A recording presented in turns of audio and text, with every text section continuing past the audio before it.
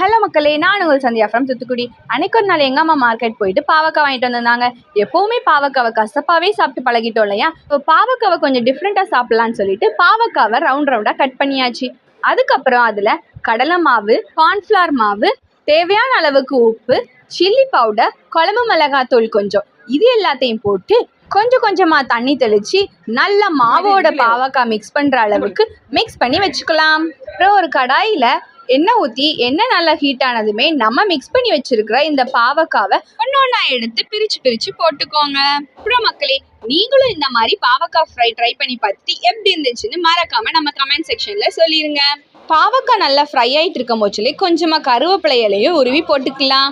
அதுக்கப்புறம் பாவக்காய் நல்லா கோல்டன் ப்ரௌன் ஆனதுமே அதை நம்ம எடுத்து தனியாக வச்சிடலாங்க.